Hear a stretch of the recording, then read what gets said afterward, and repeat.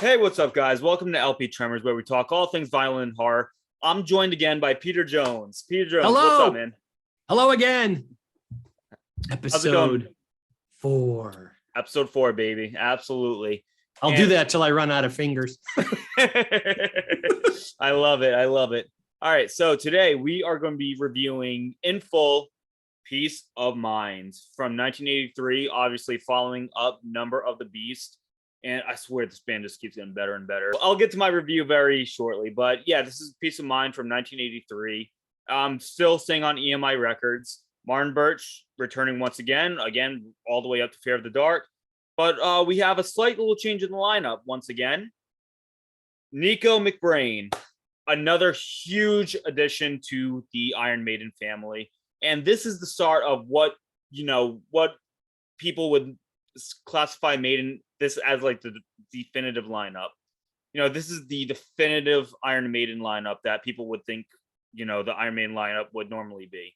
So you have Bruce Dickinson on vocals, Steve Harris on bass, Dave Murray, Adrian Smith on guitar, and obviously the debut of Nico McBrain. And this is going to be a lineup returning, starting with this record and going all the way up to Seventh Son of the Seventh Son. A little shaky in the 90s, but, we'll get there. But yeah, Nico McBrain, debut on Peace of Mind. Banger of an album. I'll get to my thoughts very shortly, but I'm going to start that off with Peter. Very good. Overview thoughts? All right. Well, here we go. Again, as we've said, broken record. The only thing consistent about Maiden so far through 4 records is change. Yes. So Here we are, the 4th and final change for a while. Right. Peace of Mind. It's fun little wordplay. P-I-E-C-E instead of peace, and the fact that Eddie's brain is laying on a table for them to feast on. Right. Working title of this was Food for Thought. I thought that was kind of an interesting title for a possibility for the record. Yep. Like you said, Capital EMI, recorded down in Campus Point Studios in Nassau, which I have seen. It's I don't know how you get any work done, and if you watch the videos, they really kind of didn't for a while. Right. It's really one of the most beautiful places on the planet. Nice. But nice. Like you said, 83, May 16th, and I got this the day it came out. So this is the first album title that isn't a song on the album. So this one was finally titled from a lyric in Still Life. Went to number 3 in the UK. That was down from number 1 for the Beast. Right. But the US charts are rising. It was 33 for Number of the Beast, and now we're at 14 in the US. So they're going the right way. Certified platinum and sold a lot of records all over the country, especially Europe, Japan, all through there. They were doing really, really well. So like I said, we've got another lineup change. Clive is gone, and I'm just going to raise a toast to Clive because I've pretty much missed him every album since he left. Just one of my favorite drummers, and things would never be the same after his departure. Not good or bad. It just wasn't the same. Right. We enter Nico McBrain, like you said, who came directly from a French political band, Trust, but he's got 2 spectacular recordings with Pat Travers from 1977, Making Magic, and my favorite, Putting It Straight. And if you are not familiar with those 2 records, when we're done, go, because I second that. Nico's just out of his bloody mind on these. So, so we've got Bruce, Steve, Dave, Adrian, and Nico. We've got that lineup. So absolutely, we jump right to the title track. And the first thing I'm going to say about this album, lyrically, is where the first 2 records we talked about kind of the horror theme. The third album was a little more story-like. This album to me I call it the history album. Right. Because almost every song is a reference to some kind of historic or literature or something like that. So there's things to go check out, things to dig into. This is the start where Maiden goes into those little history lessons. Right. Like they continue that even more on Power Slave, and then a little bit on Somewhere in Time. This is the start of the history Maiden. Right. So they they use references, dreams, literature, like I said, everything as inspiration for songs. And I think that's a cool way to write. You know, it sure beats some of, like I said, the cheesy rock lyrics of the day, which don't age well and that kind of thing. So right off the bat, Where Eagles Dare, written by Steve Harris, inspired by the book and subsequent movie by Alistair MacLean, who is one of my favorite authors. My mother was a huge fan of Alistair MacLean. So I was reading Alistair's books way before I knew who Iron Maiden was. The movies that people might recognize: Guns of Navarone, Ice Station Zebra, Force 10 from Navarone. But Eagles Dare is from the film with Clint Eastwood and Richard Burton. And the story pretty much follows the line of these 7 Allied commandos who have to rescue this U.S. Brigadier General who's been held up in a fortress that is seemingly impregnable and high and elevated on a snowy cliff. And then when you read the words, the fortress is near, is standing high in the sky. The cable car is the only way in. It's impossible to climb. Right from the book, right from the movie. We cannot talk about this song without talking about Nico's intro. Yes. Because those of us who were listening to it in real time, not sure what to expect, all of a sudden this insane drum flurry comes out of nowhere to open the track, and it just explodes in front of us. And we were like, I think we're okay. and off it went. So, I mean, it was really his introduction to both the album and to the fans. It's his debut, and that's a pretty good way to come in. Oh yeah. Just kind of smack everybody in the face and go, "Hi, I'm Nico. I'm your new drummer." You know, and I think it's one of the great intros of any hard rock or metal song. Right. You know, right up there with Stargazer and Painkiller and other things like that. So it's an aggressive song, long for an opener. Very long. 608. Long, yeah. And I'm going to comment a lot on these issues during this album. I think it's slightly too long. Okay. There are sections in here where they kind of just keep repeating and repeating and repeating until they get to a section that changes, and then you're like, oh, that's cool. And then it changes to something else, but then it goes back to it again. And then you finally get to the final verse and you're like, oh yeah, he was singing before, because it kind of goes a bit long. Yeah.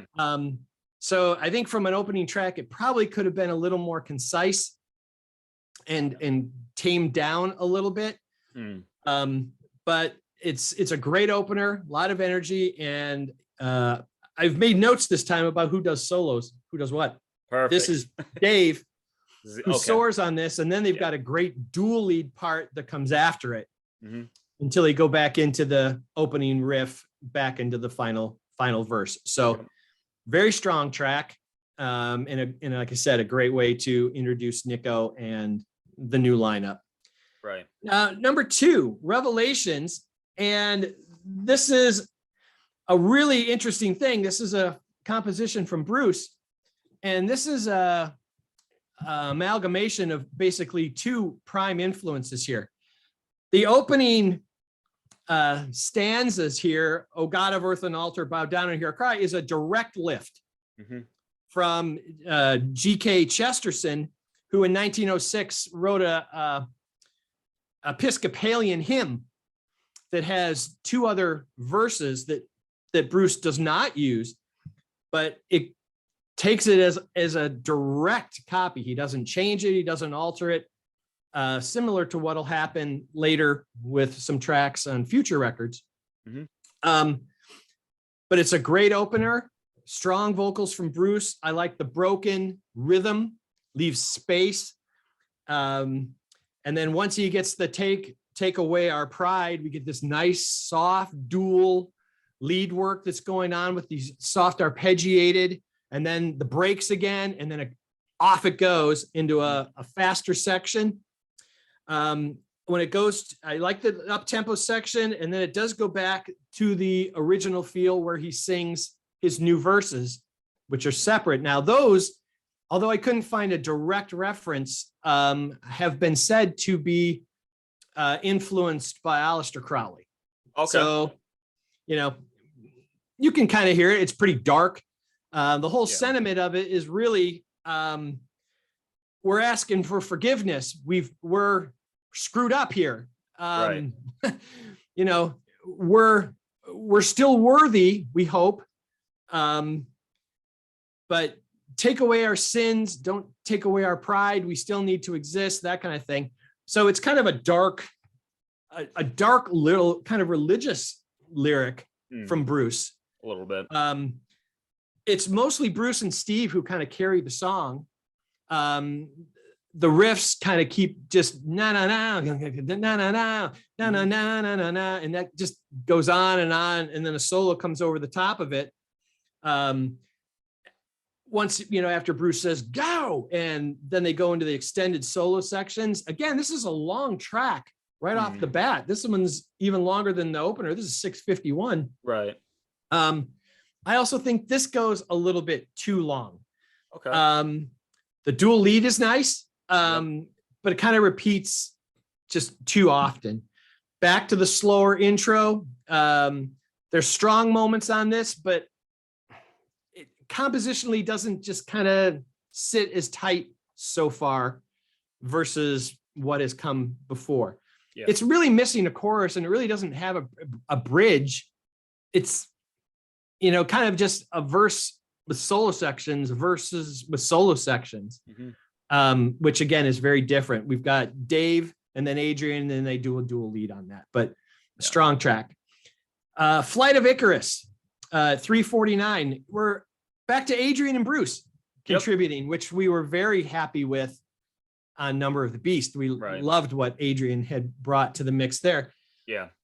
Another story based on literature or folklore, and in this case, Greek mythology. The story is loosely based. It's got some, it's taken some latitude on certain things, but it's the story of Icarus and his father Daedalus, and I'm going to say it that way. I looked up the phonetics and I still can't get it right, so that's what I'm going to say.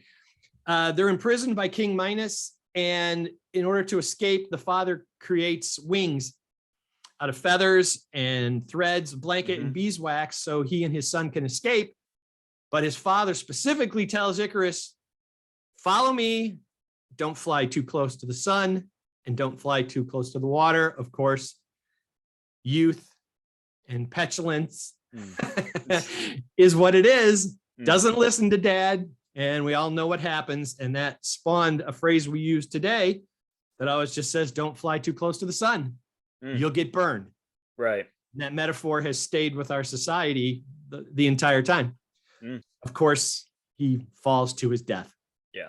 And to me, this is the first full composition in its kind of traditional form. I love the introduction, sets up a great groove. Bruce is really belting out strong. It paints a clear picture of the story. It's easy to follow. You really get a good visual in your head of where they're going and what it's going on. Guitars are very chunky, and Steve and Nico are just in perfect sync. And it's a really big soaring section. Fly on your way like an eagle. I mean, it's just big and bombastic.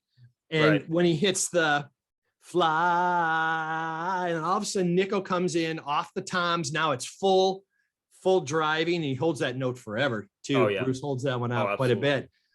But this one just builds and builds, and then goes into heavy quarter notes across, and then Steve's flying over the top of it.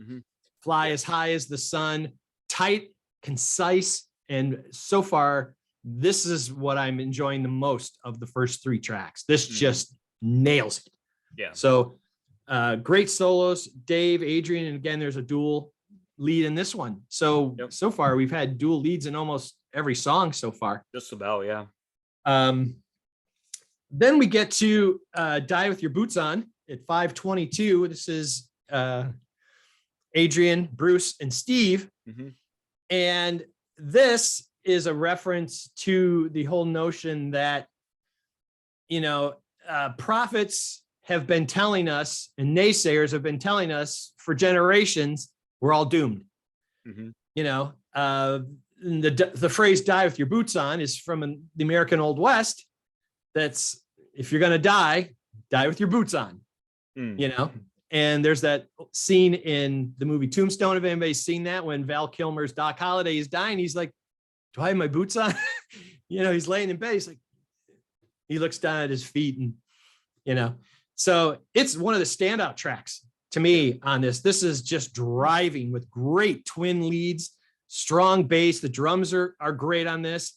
It's a very concise song as well, like the previous one. Not any filler, no sections that don't divert off its purpose.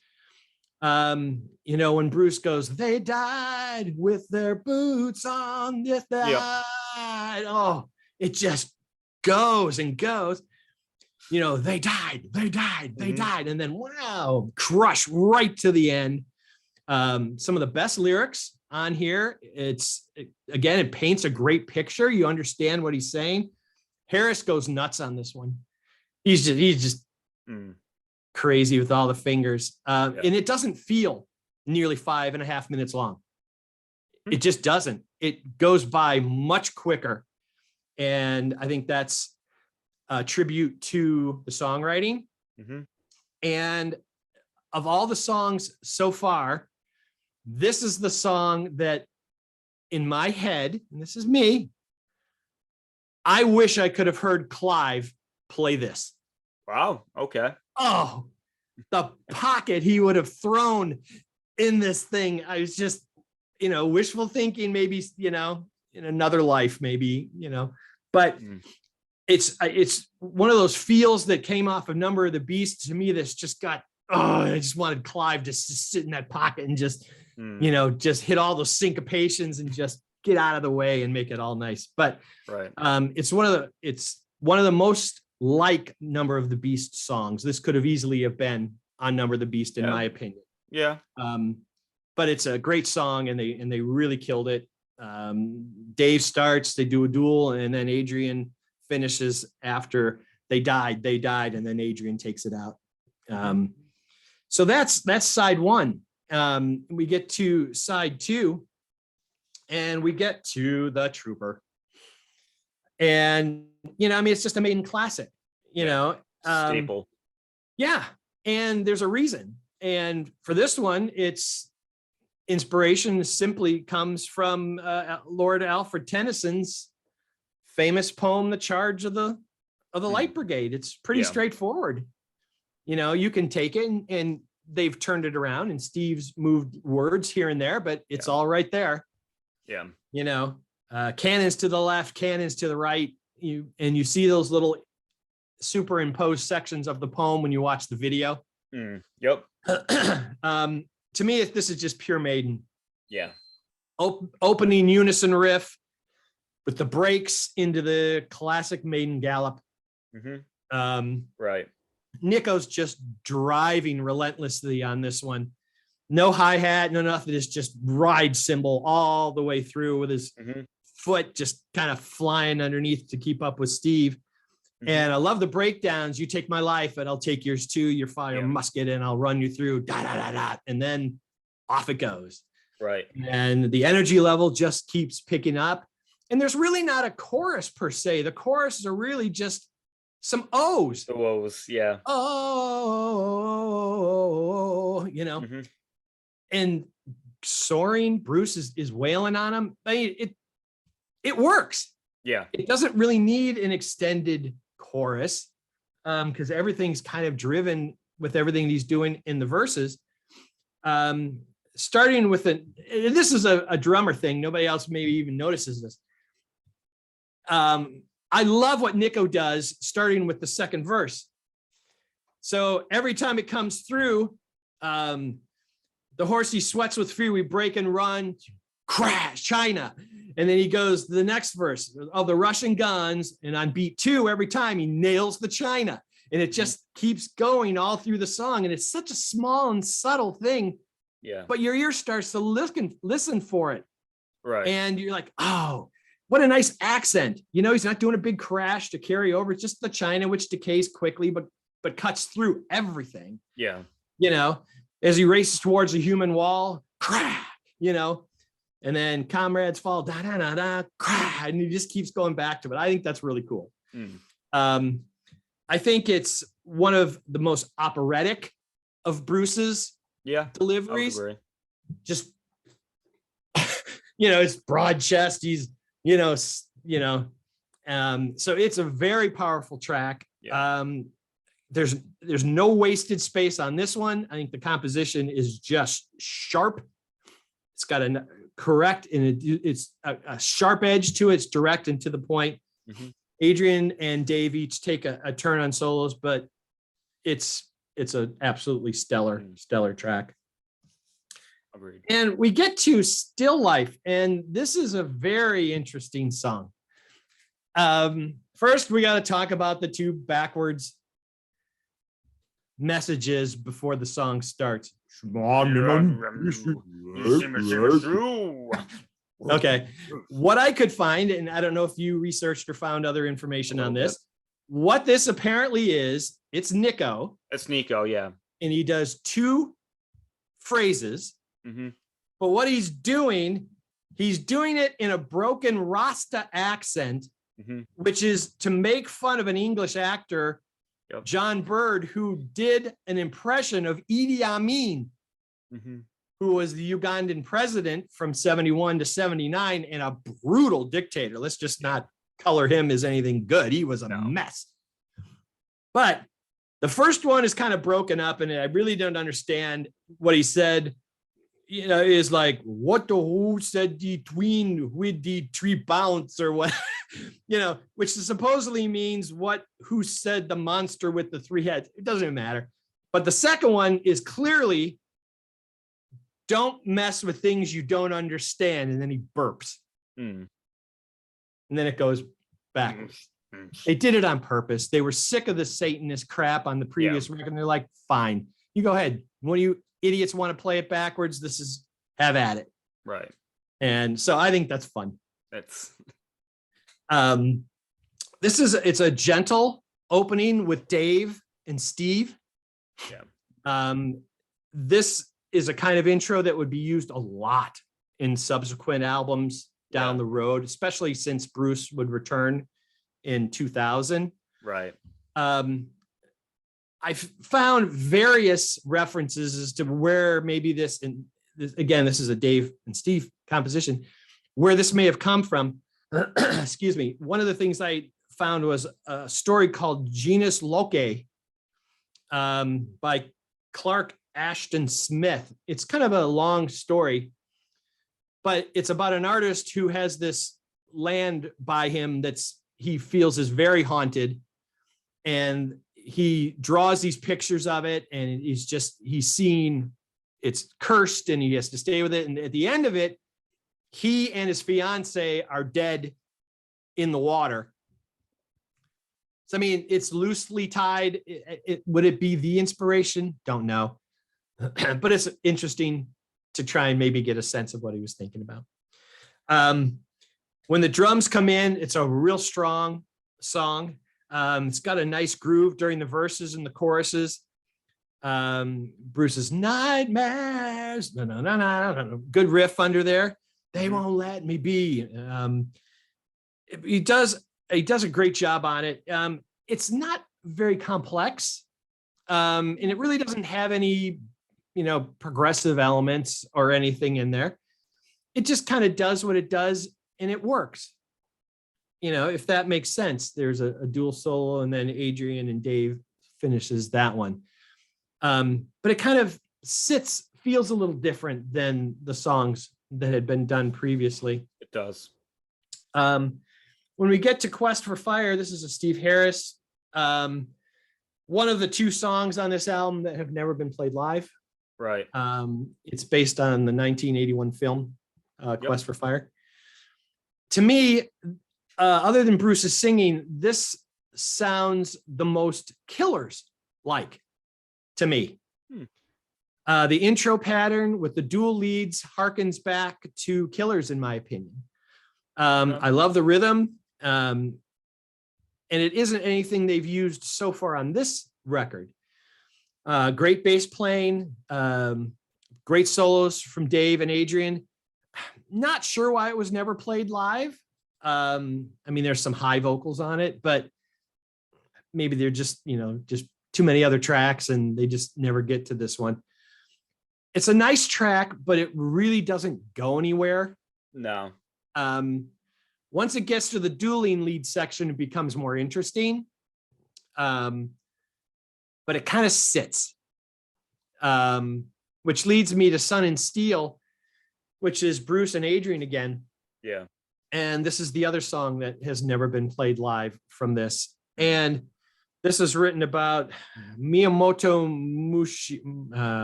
Musashi, who was a famous Japanese swordsman who was a strategist and a swordsman and a ronin who was renowned for his duels, that he had a undefeated record in his 61 duels as a swordsman. Yeah. And of course, we know Bruce's fascination and passion with fencing. Yep. So it's not surprising that this would be a topic or a theme that Bruce would stick his toes into. Right. This is the one I just comment. There's nothing new going on here. No. This, the rhythm parts have been played in prior songs, especially the Trooper before it. It's like Trooper Junior. It just doesn't stand out or make me pay attention and go, oh, there's something new here. It's just kind of an extended repeat. So this one wasn't really doing a lot for me. Okay. And then we get to Tame Land, and obviously it's based off of Frank Herbert's novel Dune. That's got its own cult following, and that those books and the films and are sacred to those who are into Frank's writings. Of course, they wanted to call it Dune, but when they sent a letter to his agent, he's like, "No, I hate heavy music, and I especially hate Iron Maiden. No." And Bruce was like, "Come on, man! If we name it that, look how much publicity you'll get." He's like, "Yeah, you name it that, I'll sue your ass and keep the album from coming out." So Bruce rants during this tour. He's like, "Ah, fucking cunt." Pardon my French. Yeah. He's just like, "Oh, well, screw it. We'll call it this." Yeah. Right off the bat, the intro of this is almost an exact parallel to Still Life. Yeah. They're just in a slightly different key, but man, they are just almost exactly the same. So I'm like, I've heard this before. What do and once it kicks in, it's kind of got a new feel. One that we really haven't heard before. Once the duels leads are nice. Sorry, I'm reading my notes here. Bruce delivers a strong vocal on it. But again, we get to the breakdown section. Do, do, do, do, do, do, do, do, do, do.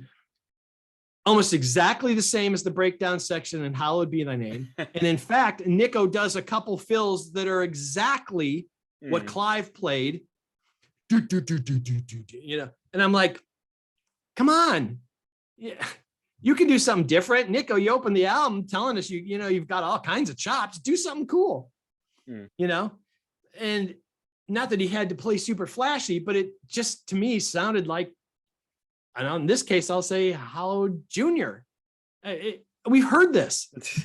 It does, the formulas used in the song before. The breakdowns, we'll see this in Rime of the Ancient Mariner. We'll see this in Seventh Son. So part of it, the subject is new, but once it gets into the new tempo, it solos for almost 2.5 minutes. While the rhythm track doesn't change. It just stays the same. Nico just there's nothing to break it up. I mean, they're great solos, but and then they go back to the same fills at the end, and these are the ones that are even more Clive-like, and that's okay. Maybe he's trying to just not go too far off the reservation, but kind of left me flat. Okay. So if I'm looking at this album, if I was to rank my tracks, Yeah. I've got Die With Your Boots On is number one. Wow. The Trooper, Where Eagles Dare, Flight of Icarus, Still Life, Revelations, Quest for Fire, To Tame a Land, Sun and Steel. Okay. There's clearly some filler on this. Mostly the later portion, middle section of the side two. But you know, this is basically a new band. We have to admit that. Yeah. You know, everything's different. You write different. You sound different. It's a good debut, but they're going to get much better. And while Nico starts out strong, I don't think he carries through as strong through the rest of the record.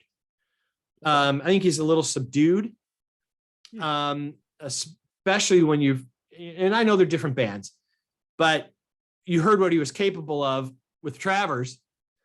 You know, listen to what he does in Life in London. Oh yeah. You know, he's got the ability, and we see that later on. That starts to come out. But it really kind of lacks any memorable grooves, like, you know, like The Prisoner, or, you know, something like that Clive did in previous ones. I don't want to beat the Clive thing to death. Yeah. He's not in the band anymore. But for this first record, I'm going to kind of do that. So there's really nothing to spice it up. So this is an album of kind of mixed emotions for me. Okay. There's some real high spots. There's some rather forgettable and predictable spots. So this one is going to sit at an 8.5 out of 10 for me. 8.5. Okay. 8.5. Still, it's a strong record. There's just no question about that. But there are other ones that I'm going to like better as we move along, and I need space for them. So this one has to move down a bit. So 8.5. 8.5. All right. Yeah. That sounds pretty fair to me. Now, Iron Maiden with Peace of Mind, coming out in 1983. As I said earlier, you do have the Iron Maiden definitive lineup here. Now, as an Iron Maiden fan, ever since I first started listening to Iron Maiden, my idea of my favorite album has been changing drastically. You know, at one point it was Number of the Beast. At another time it was Power Slave. At another time it was Seventh Son.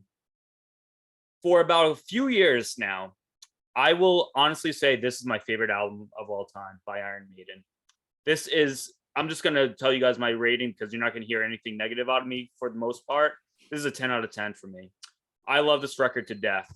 And it's just nonstop from front to back. Even the weaker points I can still really appreciate. Let me get into the tracks here. I got Where Eagles Dare, obviously opening the album. And obviously we have to talk about Nico. And right off the bat, you feel a huge difference between Clive and Nico's. You know, not saying one is better than the other. It's just they're just very different drummers. Correct. You know, I feel like Clive is more of a just down and dirty, almost punk type of style, like we've talked about in the previous 3 reviews. So he's more like balls to the wall, no fucks given.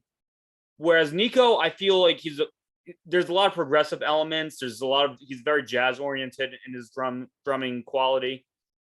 Not to say not one is better than the other, just very different.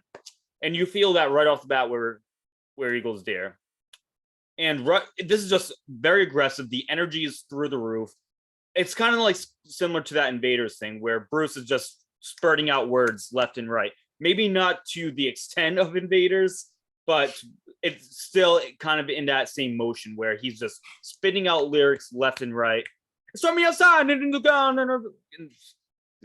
and that kind of just continues the whole, you know, majority of this track. And as far you don't feel too much of a huge chorus here, but it is still a very effective chorus. I love the chord progressions within this track. You know, there's a lot of galloping riffs here. But yeah, that's a little bit of Where Eagles Dare. It does go on a little too long. Like Peter, you said 6 minutes, 6-8, right? Yeah, so that's a little bit too long, especially it's a lot of watch, rinse, repeat on certain, chord progressions and riffs. But overall, this is still a banger of a track, very energetic, great way to open up this record. Then you get to Revelations. Now, in my previous review for Number of the Beast, I talked about Hallowed Be Thy Name, and I mentioned that that's one of my favorite tracks of all time. God damn it, Revelations is right in that same level. I love this track to death. It might start out a little cheesy where, Bruce is going, oh God, bow down and hear our cry.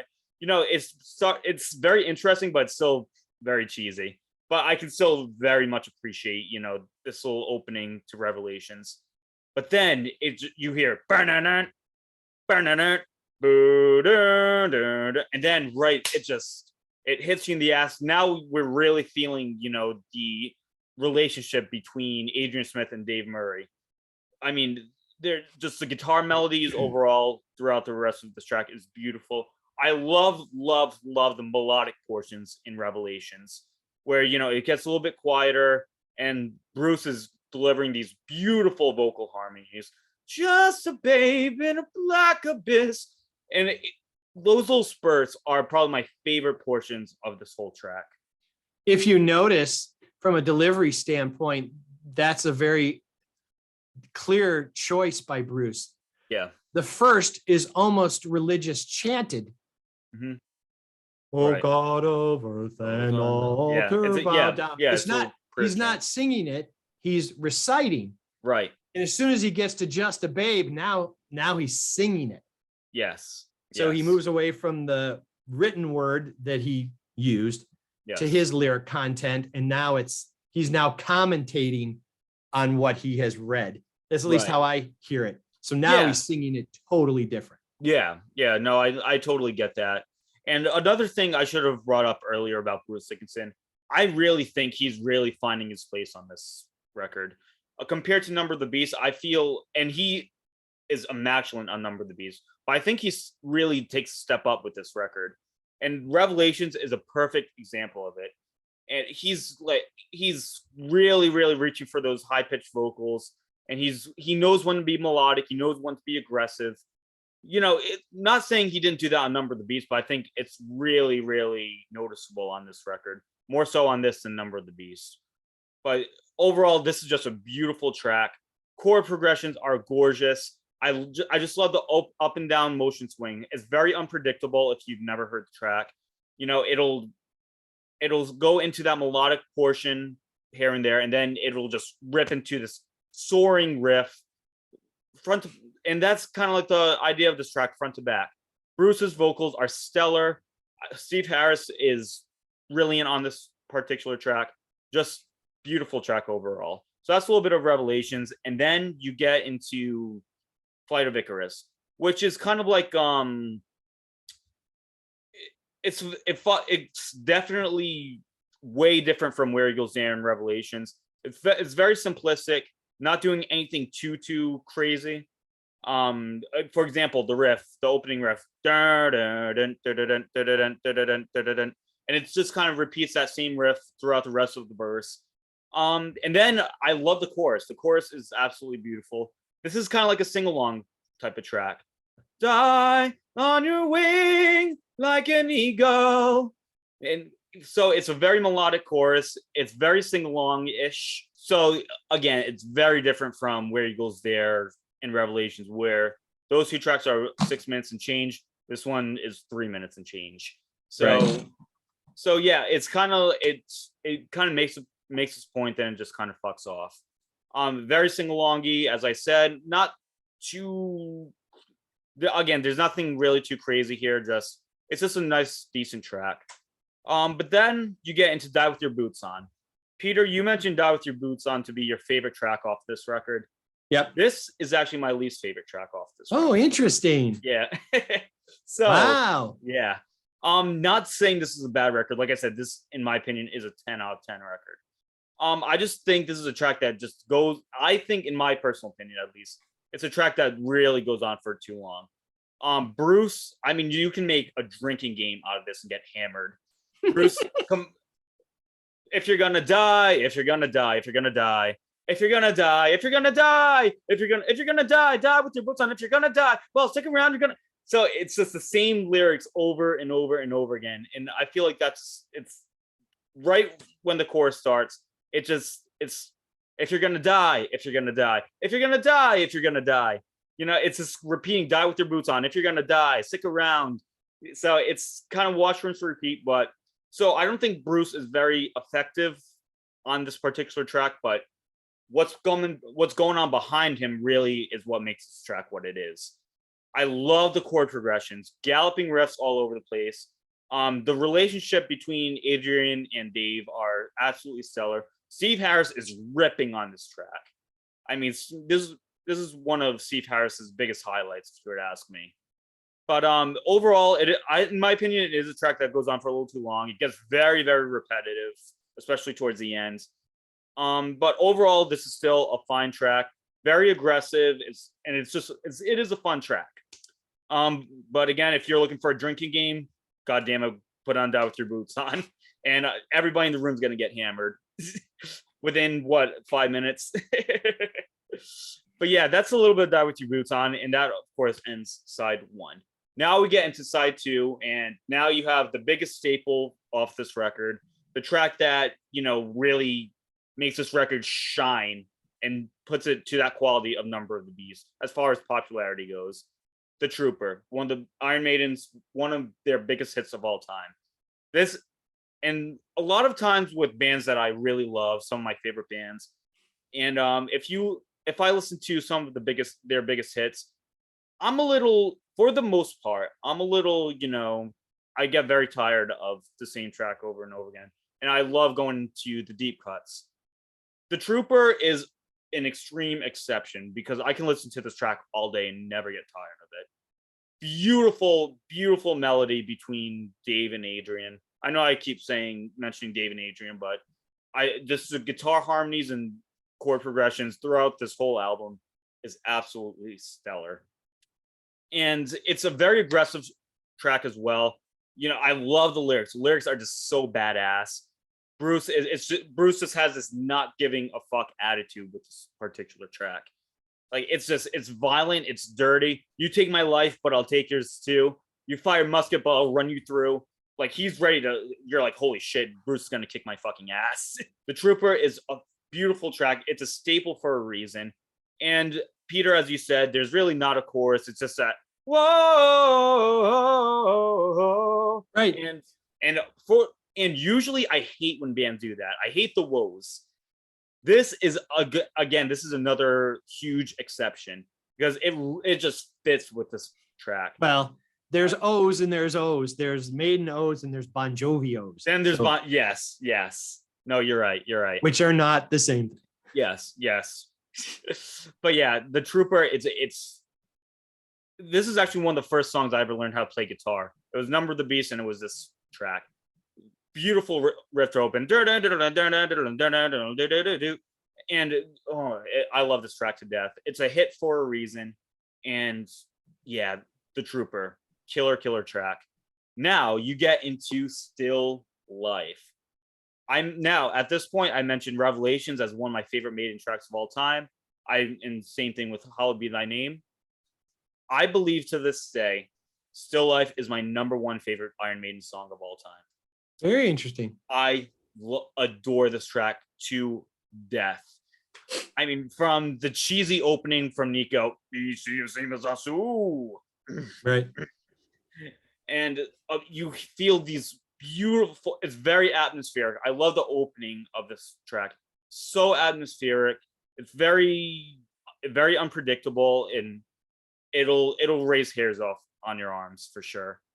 I love that beautiful guitar harmony. I don't know if it's Adrian or Dave, but that beautiful opening guitar harmony is that'd be Dave. Dave. Okay. And then you get into these very mysterious vocals from Bruce Dickinson. He sounds very just almost creepy, almost, atmospheric, but it gets you thinking. You don't know where the hell he's going to go with this. Right. But Bruce is vocal delivery is absolutely stellar. Then the song really, it goes into that typical theme that this album is going for, and that's, you know, the nice huge galloping riffs. But over this, it goes on with this galloping riff for a little bit, and Bruce's, you know, his vocals are going along with that particular riff. Great riff, by the way, beautiful riff. And then you hear all right out of random nightmares. No, there's no warning. There's no, you know, you really don't know where this song is heading. Then it just hits you with that beautiful chorus. Iconic track. I love this track to death. My favorite Iron Maiden track of all time. Very cool. Can't get enough of it. The lyric themes are awesome. This is kind of going back to the horror themes we heard in Number of the Beast, Killers, and the first record. So this is there. It's kind of like a callback, in my opinion, to, you know, where they were really exploring the horror themes in previous records. Right. This is kind of like, you know, a callback to that. But awesome lyrics. I love this track. It's like a roller coaster. Great track. Can't get enough of it. Then you get to the redheaded stepchild off this record. You get Quest for Fire. And I understand this track is extremely cheesy. You know, Bruce was talking about in a time where dinosaurs roamed the earth. It's so cheesy. It's very like hippy dippy, sing alongy, but this track is just so fun to me. It's so. He's also really stretching his range too. He is, especially in that chorus, really stretching out his vocal ability here. The chorus is huge. This is going back to that sing alongy thing that we kind of heard in previous tracks, like Flight of Icarus, for example. Kind of doing the same thing as Flight of Icarus, actually. You know, there's nothing crazy going on. It's a nice simplistic riff, but it's very catchy. And I don't know, this one puts a smile on my face. It's just very. I get the hate for it. You're gonna see a lot of hate off of Quest for Fire, but I just think this track is just fun. It's just fun. Then following Quest for Fire, a very similar track with Sun and Steel, and again, it's really not doing anything new here. You know, we hear the same thing from Flight of Icarus and Quest for Fire. So still following that same formula where they're just kind of staying where they are. It's very simplistic, huge chorus. So kind of like it's literally a copy and paste of Quest for Fire, to be honest. But still, for some reason, I really adore this track as well. It's just very fun. It's very energetic. And I don't know, it's just something about this track. It's just fun to me. It's very fun. And it does, with Quest of Fire and Sun and Steel, I do feel that curveball, because you have Still Life, The Trooper. I guess you can call them epics. And then you have Revelations, where it goes there. So you have a lot of epics, progressive elements with these tracks. And then you get to Quest for Fire and Sun and Steel, where they're just very simplistic. Almost, I shouldn't say cookie cutter, but I do kind of want to say cookie cutter. Wash, rinse, repeat a lot. But I do love, one thing I can take away from Sun and Steel is that opening riff. Again, going back to that galloping thing. I love that opening riff. Really cool stuff here. But yeah, same thing. It's just not doing anything new, but it's still a very fun track. Then you get into the biggest epic off this record. Well, I guess you can call it the biggest epic, and that is To Tame a Land. And this is, I always defended this track. Because this track always kind of gets looked down upon. You know, they're trying to do that same thing with Hallowed Be Thy Name, and you know, in the next record, Power Slave, you have Rhyme of the Ancient Mariner. You have to close the record with a long epic. And this is kind of following the Hallowed Be Thy Name thing. And Peter, I do agree with you. There's a lot of similarities between Hallowed Be Thy Name and To Tame a Land. And again, same thing with that riff. They really took that right from Still Life. Just slightly different keys and slightly different chords. But yeah, it's following the same thing. If you take Hallowed Be Thy Name and Still Life, combine them, you would get To Tame a Land. But is that a bad thing? I absolutely don't think so, because those tracks are freaking phenomenal. But again, not doing anything new here. Bruce's vocals are very interesting on this track. He's going for that, you know, down dirty, rough vocal range throughout the verses. You know, he's really, really staying at a very low level as far as his vocal range is going. But he continues that all the way until the major breakdown, where it gets a little bit quieter, it gets a little mysterious. Kind of follows. This is going to follow the trend we're going to hear in Rhyme of the Ancient Mariner and the title track Seventh Son of the Seventh Son. You know, it has that really low, mysterious type of atmosphere to it. Steve is kind of doing a nice basic, you know, bass riff. Bruce's vocals give me goosebumps on this particular portion of this track. Like, he is stretching out his vocal ability like there's no freaking tomorrow. The time has come for him to lay down his crown. And he's going really up and down with that type of melody. And his voice is just getting higher and higher and higher. And then you hear that jaw-melting scream along with a sick power chord from Adrian and Dave. And then it just goes, it's right from there, it goes back to just kicking you in the ass. So long story short, with all these tracks, you feel it's like a roller coaster ride. You feel a lot of ups, you feel a lot of downs. Overall, this is my favorite album of all time. I mean, from Iron Maiden, at least. 10 out of 10 record. I can't get enough of this record. This is the record I spin the most, to be honest, as my whole Iron Maiden discography goes. This is the album I spin the most. Now, if I was to get into my track list rankings, so I mentioned Still Life, my favorite Iron Maiden song of all time. I put that as number 1. Number 2, Revelations. Number 3, I put The Trooper. Number 4, I put To Tame a Land. 5, I got Flight of Icarus. 6, Where Eagles Dare. 7, Sun and Steel. 8, Quest for Fire.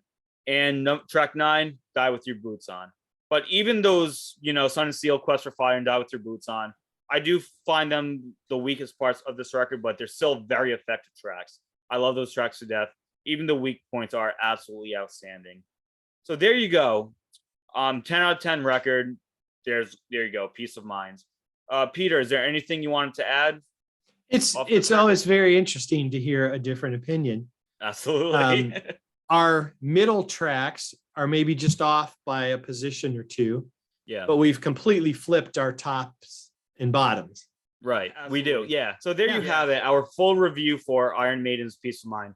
Peter with an 8.5 out of 10. And for me, definitely a 10 out of 10. Fantastic record.